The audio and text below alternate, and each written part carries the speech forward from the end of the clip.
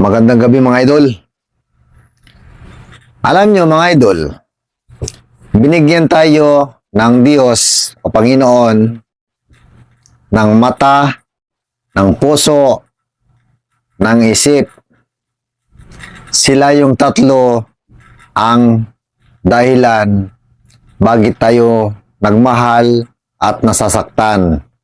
Ganito yung mga idol explain ko sa inyo mga idol.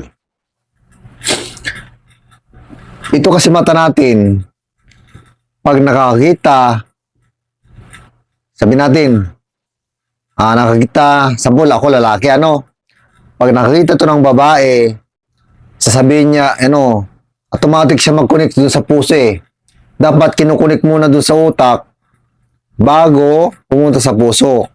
Ang problema mga idol, simula sa mata, papunta ka sa puso. Sabihin ng mata, ito maganda para sa'yo. Yan, maganda yan. Sabihin ng mata. Ito naman ng puso natin, yan ang bagay sa akin. Gusto ko siya. Gusto ko siyang mahalin. Gusto ko siyang makasama habang buhay. Minsan, hindi kasi nag-iisip ang puso. Kasi wala sang isip Dapat, si isip ang magdikta doon sa puso natin na sasabihin sana ni isip, kalma ka lang. Aralin muna natin ang sitwasyon. Huwag ka masyadong may love dyan.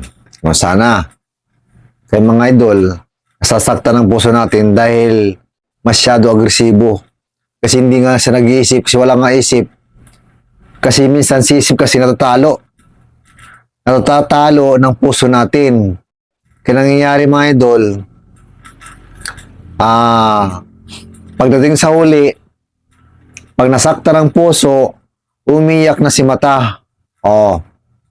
Kaya ganun mga idol, sa tatlo na yan, yung mata, yung isip natin, yung puso natin, kaya ang kawawa mga idol, si mata. Kasi pag nasaktan si puso, ang umiyak, si mata. Kasi si isip, wala siya magagawa. Kasi mas makapangyarihan ang puso natin. Alam niyo na mga idol? Kaya mga idol, yun lang sa akin mga idol. Maraming salamat sa lahat ng nanonood sa akin. Magandang umaga, magandang gabi mga idol.